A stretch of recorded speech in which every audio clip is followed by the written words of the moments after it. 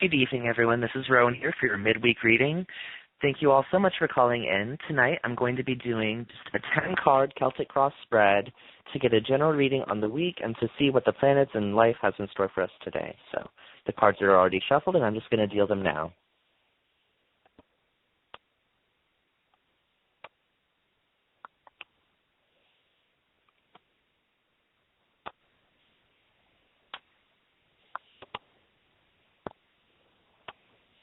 Okay. So the current significator position is the Four of Pentacles, and the Four of Pentacles is all about not hoarding your wealth. It's definitely about appreciating it and spending it so that you can grow more. You're being too stingy with your finances right now, and it's not allowing any growth or any savings. You are crossed by the King of Pentacles. Now, I think this card is indicating somebody that's very much at a stable place in their life as far as finances. You know, this is somebody who has a career, has a business, knows what they want to do with their life, and at this point it's all a matter of allocating the right resources to the right charities or to the right people or the right business ventures. So while it is important to be wise with your money, you don't want to be like the present significator suggests, stingy or tight-fisted with it. Just get to know whatever resources you're trying to invest in and then spend that way. The overall ruling card for this whole spread is the Ace of Wands, and this is about following your passion, following your heart, things that are very near and dear to you. So definitely look into things that you already have an interest in or things that make you think and really get you going, because that's going to be the best place to allocate your resources to, because then it means that it will grow for you and you'll have more passion in it. The underlying influence of it is the Two of Wands. Now, this is any business venture started in an artistic, or this could be music, it could be theater, it could be art, it could be anything in that vein. It could even be writing.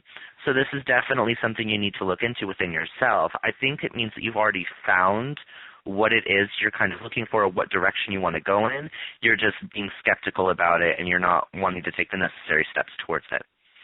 In the past, you have the Magician, which it is a major arcana card, and this card really says that you're someone that's good with your resources. You're somebody that is very resourceful and can definitely make something out of nothing. This is the rabbit out of a hat trick.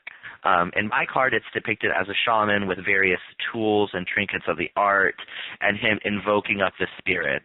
So this is definitely someone that, you know, can rally the troops, somebody that can speak to people, somebody that knows where they're going, what they're doing, and how to get it done, essentially. In the Future card, it warns of being too passive with your money, too passive with your business, and too passive in your life in general. It is the Hanged Man. And the Hanged Man is all about stagnation. This is my personally least favorite card because I get it all the time.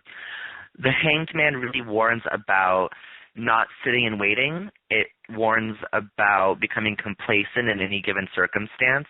You really have to be a go-getter, and you really have to not settle just because things are comfortable right now, just because everything's where it ought to be. If you're not happy with something, you need to keep pursuing. You need to keep doing, more importantly, because that's the only way that you can manifest these changes in your life. The Future Significator card is the World. Now, this means that whoever is listening to this and whoever this applies to is taking all of this to heart, and you will see those changes enacted. If you listen to the spread, it means that you could have the world. You could have every achievement you'd ever want in your life. You just have to not be so tight-fisted and not be so stagnant, for sure. I'm definitely getting that this is about an earth sign, probably someone who's a Taurus or maybe a Capricorn.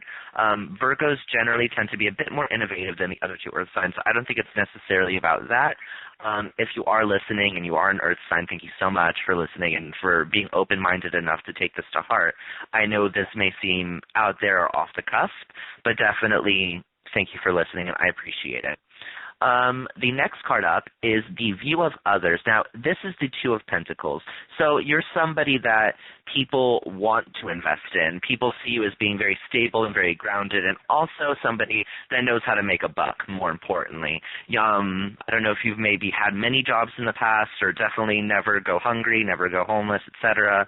But this card is saying that people are willing to help you. Don't be afraid to reach out and talk to your friends, talk to your business associates, etc., because they will be there to have your back. Now, the hopes and fears card is the Five of Swords. So this is a failure. This is a fear of abandonment. This is a fear of not being able to complete everything that you want done in your life. So definitely this is something that everybody struggles with. Nobody wants to crash and burn, but sometimes that's a part of life, you know? I don't get the sense that your fear is founded in this. It's definitely a positive reading. It's definitely a positive spread. So just work on it within yourself. And keep in mind that it's only life after all. And it doesn't seem like you're the type of person who has to break neck a lot, as the case were. In the final outcome card, it's talking about temperance. That's the last part and the overriding card for this spread. It means to be judicious in your life, in your love, etc., but to ultimately enjoy it. Do things in such a way that you're happy about it, not just you feel like you have to do it, have to do it, have to do it. Temperance is all about aligning the proper forces within your own universe. It's about not starving one to feed the other, but making sure you can feed all and not deplete yourself in the course of action. Thank you all so much for listening. If you have any questions, please direct it to Triple Chalice Tarot on our Facebook page, Twitter, Instagram, etc. We love to hear from you. As always, please stay tuned this Saturday where we're going to be talking about the Wand Suite. Thank you so much.